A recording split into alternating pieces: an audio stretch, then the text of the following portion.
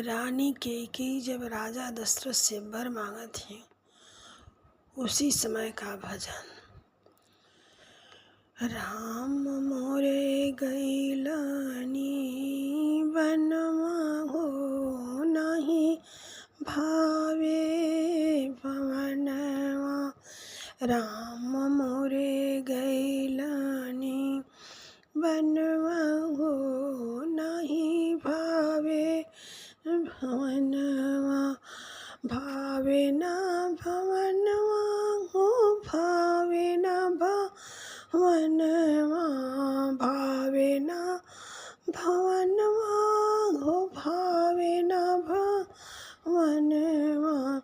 राम मोरे गइलनि वनमा हो नहीं भावे भवनवा।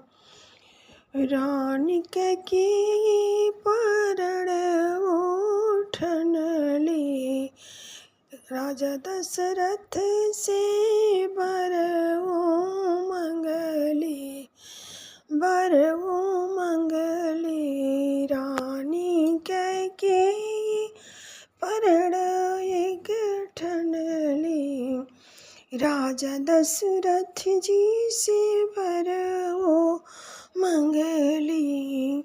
दशरथ त्यागे परनवा हो नहीं भावे भवनवा।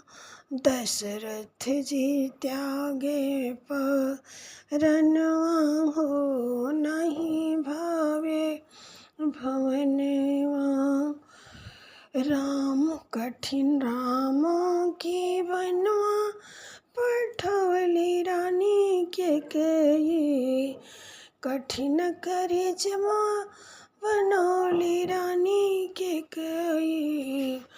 राम के बनवा पठौली रानी कैकेयी। कठिन करिश्मा बनौली रानी कैकेयी। बनौली रानी कैकेयी। राम के भेज देलिनी बनवा हो नहीं भावे भवनवा।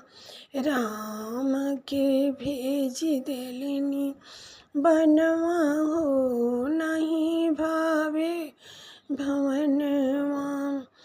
राम सिया दोनों चोरी से गइल। राम लखन श्याम सिया दोनों चोरी से गइल। चोरी से गइल हो चोरी से गइल।